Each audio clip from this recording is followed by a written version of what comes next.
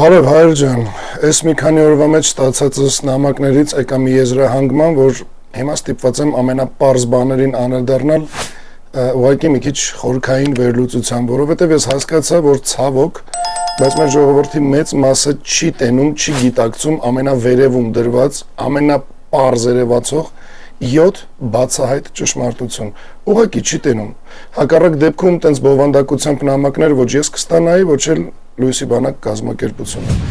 Այս խոսքս էլ, այս տեսանյութն էլ թող անվճար դաս լինի ամբողջ քաղաքական դաշտի համար, եթե իհարկե ուշադիր լսել, խորհել ու խոստովանել գիտեն, եթե։ Ես ուզում եմ խոսալ 7 ճշմարտությունների պատերազմից, որը հայերի մի մասը քննացնում է, տալիս է չտենալու կամ զուտ չի հասկանում, իսկ մյուս մասը, ավելի քիչ մասը, որոնցից մեկը ես եմ, ամեն կերպ փորձում ենք տեղ հասցնել ու մատնանշել, թե կոնկրետ ինչում է մեր սխալների ու թերությունների պատճառը ու առաջարկել դրա լուծումը։ Մինչև այս մեզ պակասող 7 ճշմարտություններից խոսալս կարճ մի կարևոր բանի վրա շեշտ դնեմ ու անցնենք այսօրվա բուն թեմային։ 2026-ի ընտրություններից խոսալուց, երբ ասում եմ, որ գիտակից իրապես երկրի համար ցավացող մարդը սրա օրոք այդ կրկեսի թեկնածուն չի դառնա, ինձ ասում են, որ եթե ընտրվողը ընտրվի, ապա Նիկոլը ոչինչ անել չի կարա։ Տեսեք ոնց ընտրություններից հանեց իր կարծիքով իրան խանգարող ուժին, ու այդ մեթոդը ամենապրիմիտիվն է։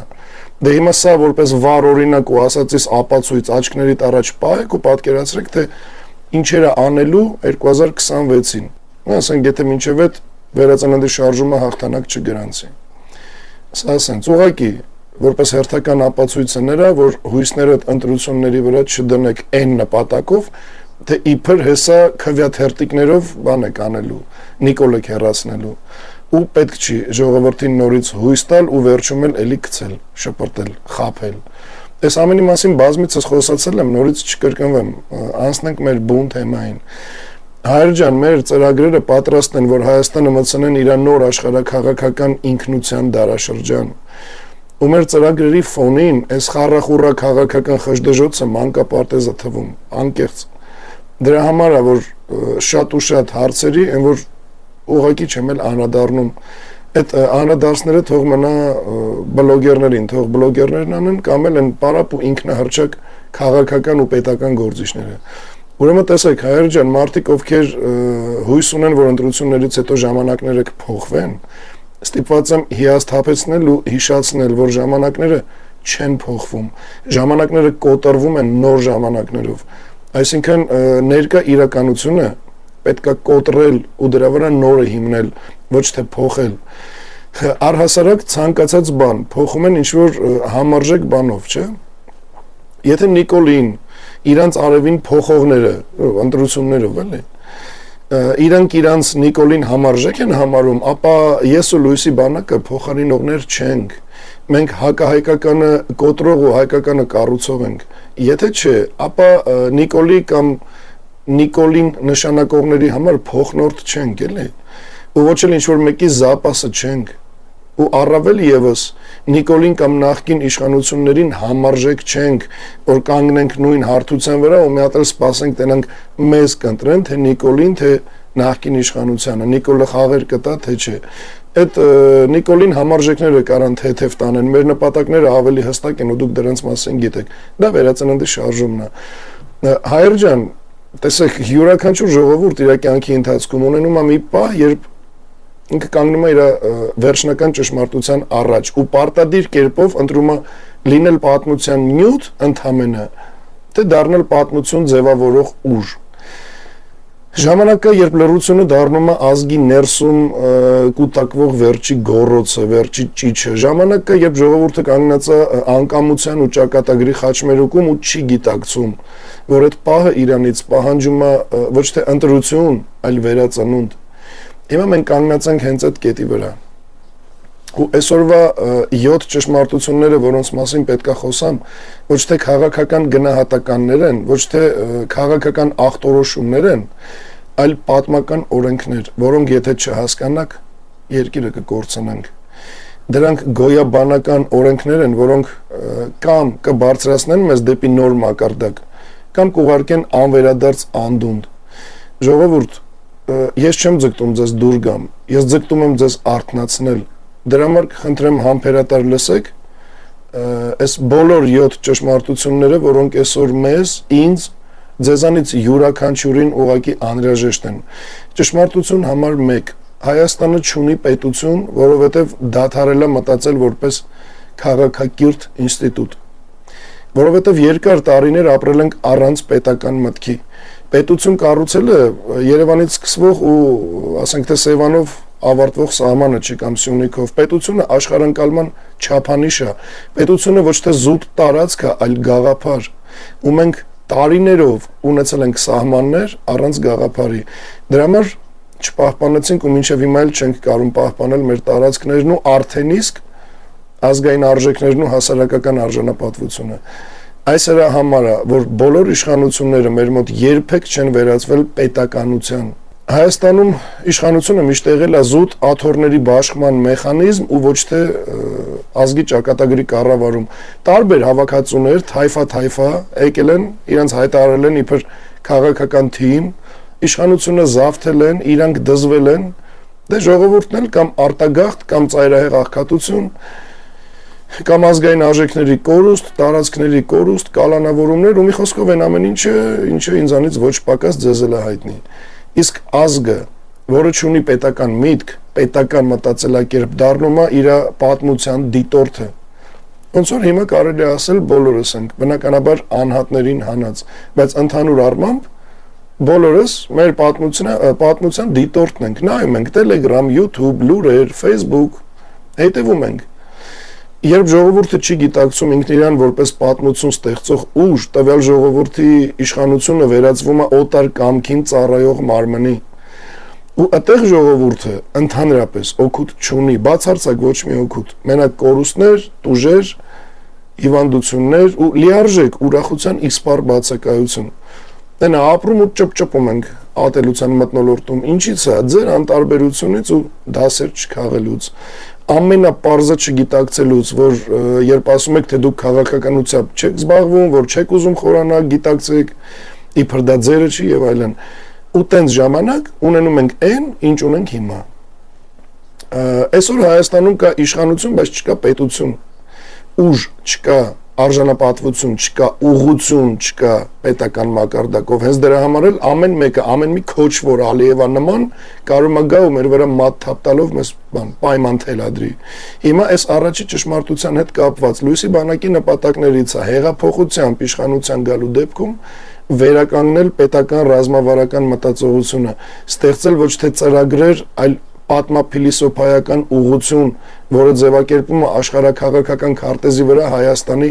գոյություն ունենալու պատճառը, որովհետև առանց գլոբալ պետական մտածելակերպի իմաստ չունի առհասարակ տվյալ պետության գոյությունը, քանի որ դա այդ դեպքում ոչ թե պետություն է, այլ լավ կամ վատ ժամանցի ապրելու համար, գոյություն պաշտպանելու համար նախատեսված գոմ։ Իսկ մենք հայ ժողովուրդ անասուն չենք, հոտ կամ նախիր չենք, մենք աշխարհում առաջի քաղաքակրթության բնորանն ենք ու առաջի հզոր կայսրություններից մեկը։ Դրա համար մեզ ուղակի հարիր չի պետական մտածելակերպ չունենալն ու բանի նախիրի վերածվելը, այն որ 100 տարին մեկ էլ տանեն մորթեն։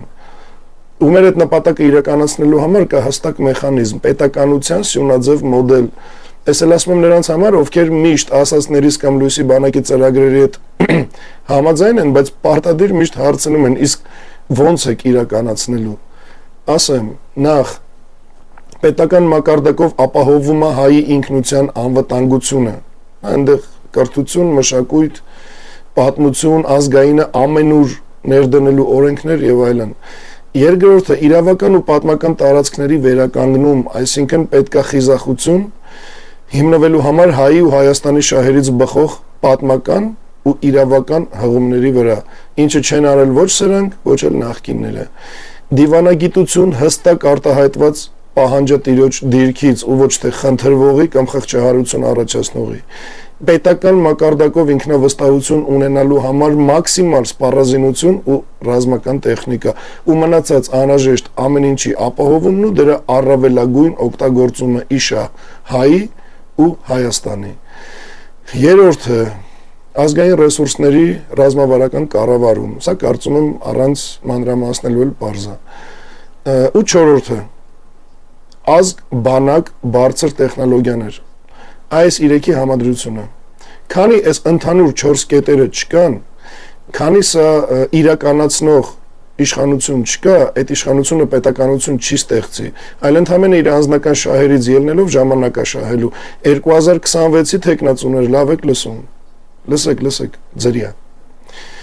Երկրորդ ճշմարտությունը։ Հայաստանի ընդդիմությունը ոչ թե ուժերի բազմազանություն է,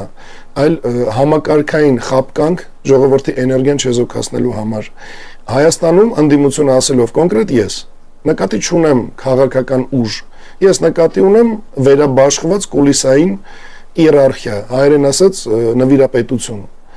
Սենց կոչված ընդդիմությունը ընդամենը օգտագործում է ազգային բառեր, բայց ծառայում է ոչ թե ազգին,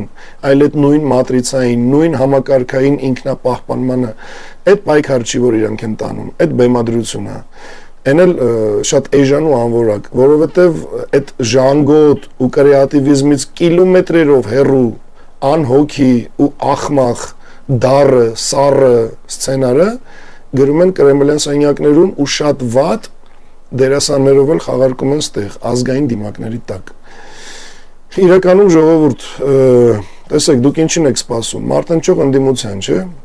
բայց ինչ եք ստանում, դերասանների, որոնք պայքարում են ոչ թե ձեր ազատության, այլ սեփական դերերի համար։ Այս թատրոնը, որ տարիներով թուլացրել է հասարակության կամքի ինստիտուտը, ու ինչքան էլ մարդիկ փոխվեն այդ բեմի վրա, այդ վերաբաշխումը չի փոխվում։ Հիմա մի հատ մտքով հետ գնացեք ու նայեք, որ դերերը միշտ եղել են, ուղղակի դերասաններն են միշտ փոխվում։ Սա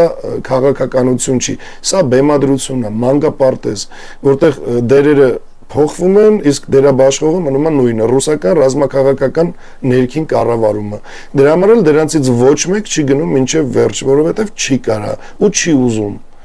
Արդյունքում ժողովուրդը մնում է առանց իրական ձայնի ու առանց որևէ հաղթական կամ պահանջը բավարարող արդյունքի։ Հիմա սրա հետ կապված Լուիսի բանակի նպատակը որն է, երբ ոչ թե ընտրություններով, այլ միմիայն հեղափոխությամբ գանք իշխանության։ Լյուստրացիան կաուկա, դա մեր համար մեկ նպատակներից է, հիմա դրա մասին չեմ խոսում։ Պետք է արվի դիմակահանություն, այսինքն պետք է պատռել բոլորի դիմակներն ու տենալ բոլորի իրական դեմքերը, բացահայտել ոչ թե անունները, այլ մեխանիզմները։ Որևէ քաղաքական ուժի վտանգավորությունը իր անունը չի, այլ այնա, թե ում աշխարհաքաղաքական շահերն է սպասարկում Հայաստանում։ Դրա համար պետք է իրականացվի բոլոր քաղաքական ուժերի աշխարհաքաղաքական քարտեզագրում։ Յուրաքանչյուր ուժ պետք է դասակարգվի։ Ռուսակենտրոն, Եվրոպամետ, օլիգարխիկ, մյուսը, այս քարտեզը կմերկացնի ամբողջ քաղաքական դաշտը։ Այդ ժամանակ կերևա, թե ով է Լուիսի բանակին համարժեք ուժ։ Երրորդ ճշմարտությունը։ Տեսեք, Հայաստանը կախված է իր պատմական հակառակորդից, ու դա պետական ինքնասպանության ամենավտանգավոր ձևն է։ Ռուսաստանի հետ հարաբերությունը դաշնակցություն չի, դա 100-ամյա կախվածության շարունակությունն է, որի միակ նպատակը հայկական պետականության ծավալի նվազեցումն է։ Իսկ այդ դաշնակցական հարաբերություն չի, այդ աշխարհաքաղաքական պատանդությունը, ու դա չտենալը կամ չտենալու տալը, կամ արհեստականորեն դրա հակառակը պնդելը իշահ սեփական պաշտոնների, ավել բան չասեմ, սեփական ժողովրդի հանդեպ մեծագույն դավաճանություն ու հանցագործություն։ Տարածված մոլորություն կա, չէ, որ կարծում են, որ կախվածություն հավասար է բան, պաշտպանվածություն։ Բայց պատմությունը ցույց է տալիս ճիշտ հակառակը։ Ռուսական քաղաքականությունը երբեք չի եղել հայկական պետականության կառուցման կողմում, ոչ մի անգամ, երբեք, ոչ Արևմտյան Հայաստանի կորստի պահին, ոչ Նախիջևանի կտրման ժամանակ, ոչ Արցախում, ոչ էլ այսօր Սյունիքի շուրջ։ Այն մնացած բաները էլ չեմ ասում։ Ու այս իրականության ֆոնին նայեք ինչ են փորձում մեզ համոզել։ Համոզում են, թե առանց Ռուսաստանի մենք չենք կարա։ Իսկ ես ասում եմ, որ չէ, առանց Հայաստանի մենք չենք կարա։ Ու Հայաստանն այսօր կախված է ոչ թե աշխարհից կամ եսին-որ պետությունից, այլ սեփական վախերից։ Ու մի բան շատ լավ իմացեք։ որ մեր կորուստները երբեք պատահականություններ չեն եղել։ Դա եղել է ռեգիոնալ ճարտարապետություն, որտեղ Հայաստանը պետք է միշտ մնար թույլ, բաժանվող ու վտանգի մեջ պահվող միավոր։ Հիմա սրա վերաբերել էլ ասեմ Լույսի բանակի նպատակն ու դրան հասնելու ձևը։ Ու նորից շեշտեմ, որ ոչ թե ընտրություններով, այլ հեղափոխությամբ իշխանության գալու դեպքում։ Այդ դեպքում մենք կոտրելու ենք որևէ կախվածություն ու կոտրելու ենք ոչ թե էմոցիոնալ ձևով, այլ ինժեներական մեխանիզմով։ Այսինքն էներգետիկ անկախության ռազմավարություն։ Մեր ռեսուրսները բոլորիդ հայտնի են ու այդ անկախությունը օդում կախված է, օգտվելու ցանկություն ունեցող իշխանություն չկա ու չելեղե։ Իսկ մենք կլնենք։ Հաջորդը ռազմական տեխնոլոգիաների մյուս բոլոր հասանելի ճանապարհներով ներմուծում, ստեղծել նոր հասանելի ճանապարհներ։ Հետո Սփյուռքի ուժի ինստիտուցիոնալացում, ՏՏ ռազմաարդյունաբերական համալիրի ստեղծում ու անպայման բազմաբևեռ դիվանագիտության գործարկում առանց ռուսական վետոյի։ Ու սա ընդամենը ամենասկզբի համար ու որպես ամենահասարակ քայլ էր։ Ու սա պարտիզանական քաղաքականություն չի։ Սա պետություն ազատագրող ինժեներական նախագիծ է։ Չորրորդ ճշմարտությունը Հայաստանի ինտելեկտուալ էլիտան ոչնչացվել է համակարգված կերպով, որտեվ օտարի վերահսկողության համար ամենավտանգավոր երևույթը դա ազգային մտքի արկայությունն է, որովհետև այդ մատրիցան երբեք չի ցանկացել, որ Հայաստանը ունենա մտավոր ղեկավարություն։ Մտավորականը տենում է ու հասկանում է այն, ինչը մյուսները չեն կարող տենան ու հասկանան, ու հենց այդ է նրան դարձնում վտանգավոր թե արտաքին, թե ներքին պախտոր ուժերի համար։ Հայաստանի խնդիրը այն չի, որ Հայաստանը չունի աշխարհայացք ունեցող մարդիկ։ Խնդիրն այն է, որ նրանց թույլ չեն տվել մտնել պետական կառավարման մեջ։ Իսկ սրանց մատրիցան վտանգվում է, երբ հայ ժողովուրդը սկսում է մտածել, դառնալ միասնական։ Այս սրա համար է, որ մեր իրական գիտական, մշակութային, ռազմական, հոգևոր էլիտան տարիներ շարունակ դուրս է մղվել պետական կառավարման մեխանիզմից։ Ու սրանք ոչնչացրել են ոչ թե մարդկային անունները, այլ ամբողջ մի ժողովրդի ինտելեկտուալ գենոֆոնդը։ Ու երբ ազգը մի դար շարունակ զրկված է լինում իր բնական առաջնորդներից, այդ ազգը դառնում է կառավարելի ոչ թե գաղափարով, այլ վախով։ Մի հատ մեր այսօրը գնահատեք ոնց դուք եք կարում ու կտենաք, որ ոչ մի գաղափարական արգելք, ոչ մի գաղափարական թույլտվություն, ոչ մի բան չկա։ Ամեն ինչ հիմնված է վախերի ու սպառնալիքների վրա։ Երկրի շարժիչ ուժ պետք է լինի մտավորականը, գիտնականը, արվեստագետը, զորահրամանատարը, գյուղացին, ուսուցիչը։ Մի հատ նայեք էլի այսօր իրանց առաջնորդ ինքնահռչակացներից շատերի մակարդակը, միտքը, բառապաշարը, մենտալիտետը, ու մենք նայեք հասարակության տարբեր զանգվածներ ոնց են ընդունում նմանների առաջնորդությունը։ Այստեղ հաստատ կարելի է ասել, որ Թուրքն ու Կրեմլը ու ոչ միայն իրանք հասել են իրենց նպատակին, որ հայ հասարակությանը իջացնեն այն մակարդակի, որ ինքն իրան առաջնորդներ ընտրի ամենատակից, ամենացածից, կեղտից, որ չձգտի մտավորականության, որ չտենա իր բնական առաջնորդին, չնկատի իր ազգայնական ուժը, մնում է ցավակցելով տվյալ զանգվածին, շնորհավորել արտաքին պախտոր ուժերին, ինչ ասեմ։ Ավելի լավ է ասեմ Լույսի բանակի նպատակը էս հարցը լուծելու համար, երբ բնական, իրական ու ազգային հեղափոխությամբ գանք իշխանության։ Իսկույն սկսելու ենք ազգային ինտելեկտուալ վերնախավի ինստիտուցիոնալ վերակառուցումը։ Իմ անձնական վերահսկողությամբ ստեղծվելու է գիտական խորհուրդ ռազմավարական ոլորտների շուրջ։ Ստեղծվելու է անվտանգության խորհրդի նոր մոդել, ոչ թե քաղաքական, այլ գիտառազմական։ Մտավորականները ներգրավվելու են պետական վերնախավի ձևավորման գործընթացում։ Այդ է, որ ասում եմ, արձագանքեք ու դառեք մեզ թիմ։ Այդ եմ ասում էլի։ Որ բոլորը լինեն իրենց արժանի տեղերում։ Պատրաստելու ենք նոր սերնդի կառավարիչներ ու պատրաստելու ենք գաղափարային հիմքով, ոչ թե կուսակցական։ Պետությունը մտքով է ստեղծվում, ոչ թե փողով։ Փողով մենակ իրականացվում է արդեն իսկ մտքով ստեղծված պետությունը։ 5-րդ ճշմարտությունը։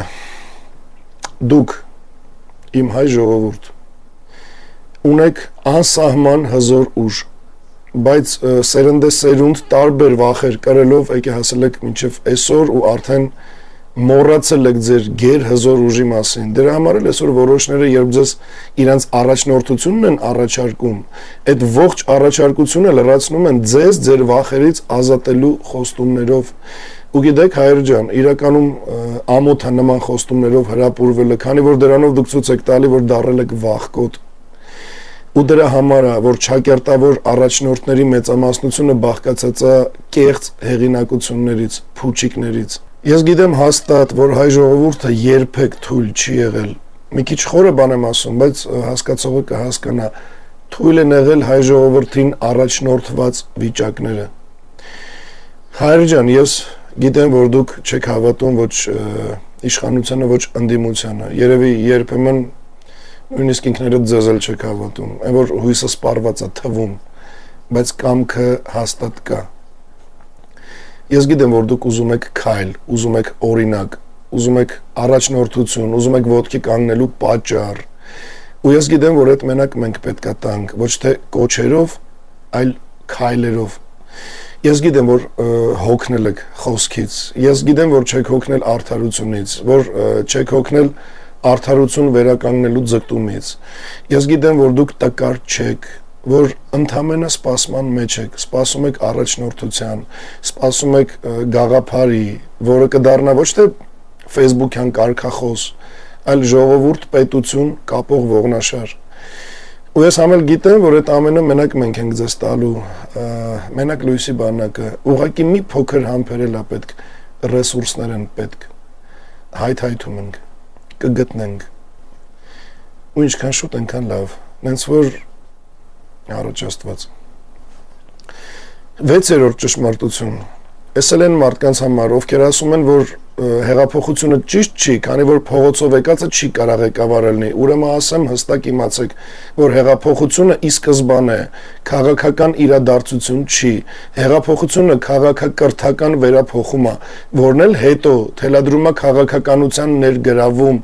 որ պահպանվի քաղաքակրթական վերափոխումը, ու որպեսզի քաղաքականությունը չշեղվի քաղաքակրթական վերափոխման գաղափարներից պետք է կառավարել այդ քաղաքականությունը, իսկ քաղաքականության կառավարումը կոչվում է իշխանություն, ու կառավարիչը պարլամենտական երկրում դառնում է վարչապետ, իսկ նախագահականում նախագահ, նենց որ ոչ թե փողոցից եկած, այլ քաղաքակրթական վերափոխման ճանապարհով եկած։ Սա հիշեք, փողոցից եկածը Նիկոլն է, մենք գալիս ենք քաղաքակրթական վերափոխման ճանապարհով։ Մի բան էլ ասեմ, սրա հետ կապված, ցույցը մի շփոթեք հեղափոխության կամ դրա փորձի հետ, ցույցը հեղափոխություն չի, ցույցը մենակ հետևանք է, հեղափոխությունը չի ծնվում փողոցում, հեղափոխությունը ծնվում է գիտակցության աշխարհաքաղաքական փոխակերպումից, դա արվում է ինքնության կոդի վերակազմումով, իրական հեղափոխությունը այն է, երբ ժողովուրդը հրաժարվում է իր վրա դրած պատմական ստորադասության վիճակից ու փորձում է դրանից դուրս գալ։ Հեղափոխությունը այն է, երբ ժողովուրդը հասկանում է, որ իր պետությունը զուտ ֆիզիկական տարածք չի, այլ քաղաքակրթական պատասխանատվություն։ Հեղափոխությունը ծնվում է գիտակցության մեջ, հետո կազմակերպվածության մեջ, երբ ամեն մարդ տենում է ու հասկանում է, որ ինքը հոգնել է հավերժ խաբված լինելուց, ու երբ հեղափոխությունը դառնում է ոչ թե ցանկություն, այլ անխուսափելիություն, ու մենք հիմա հենց այդ փուլում ենք, ու հենց այդ հեղափոխությունից հետո լույսի բանակի իշխանության լինելուց մեր նպատակներից եւս մեկը, որը պետք է իրականացնենք, ազգային ինքնության վերակոդավորում, այսինքն հայոց պատմության նոր ընթերցում, ոչ թե զոհի, այլ ուժի դիրքից, ազգային ինքնության ու աշխարհաքաղաքական մոդելի ձևավորում, մշակութային քաղաքականության նոր ուղղություն, ու ասենք ոչ թե ֆոլկլոր, այլ ազգային ու պետական էսթետիկա, նոր ազգային առաքելություն, Հայաստանը ոչ թե գոյատևող,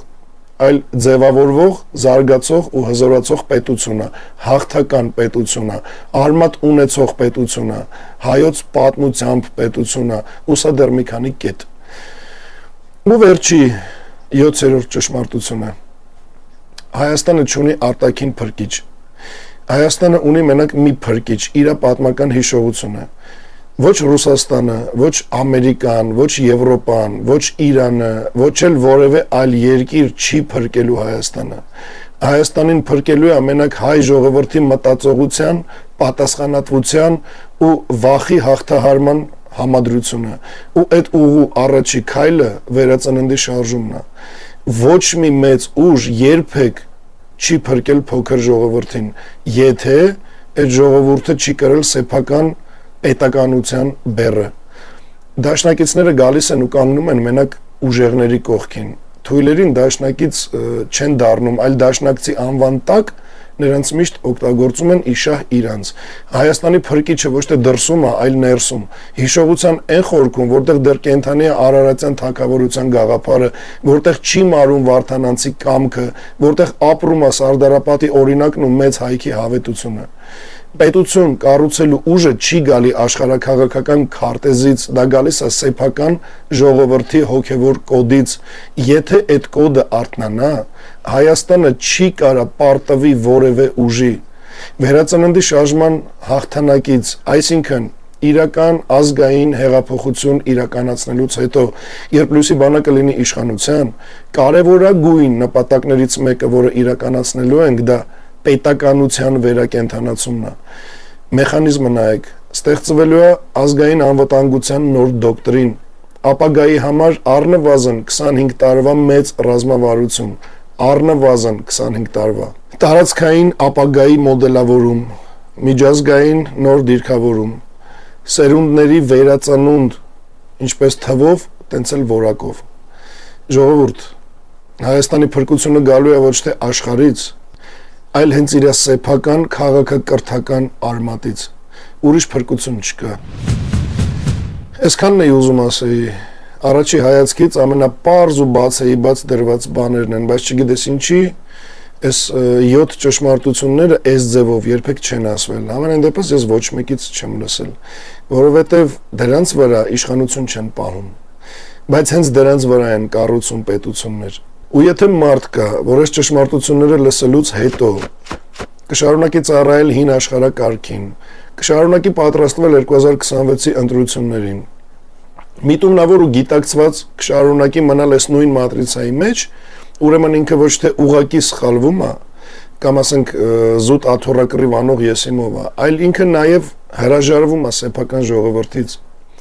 Հիմնավորումներով հակադարձել ցանկացողներին էլ հերթական անգամ հրավիրում եմ on-line բանավեճի ու գիտեմ որ չեք գա։ Եթե գաք էլ վերջում ուզեք թե չուզեք, իմ հետ համաձայնված գնալու եք։ Ճշմարտությունը տենց բան է։ Ու այս խոսքը չի մրցում ոչ մի կուսակցության, ոչ մի վերլուծաբանի, ոչ մի քաղաքական գործչի հետ, որտեվ այս խոսքերը ոչ թե մենակ ընդդիմության լեզու են, այլ պետություն ստեղծող մտքի լեզու, սեփական ազգին արթնացնելու միտում ունենալու լեզու։ Ոնց որ լույսի բանակն է դուրս բոլոր տեսակի մրցակցություններից, տենց էլ մեր խոսքը, նպատակները, միտքն ու ծրագրերը, էս է Հայաստանի նոր մտքի ծնունդը։ Ու հենց տեղից էլ սկսվում է այն, ինչը կոչվում է վերածնունդ։ Լավ մնաք, բարձրյալ նորհնի բոլորիդ բարձր սիրով ու ճշմարտությամբ։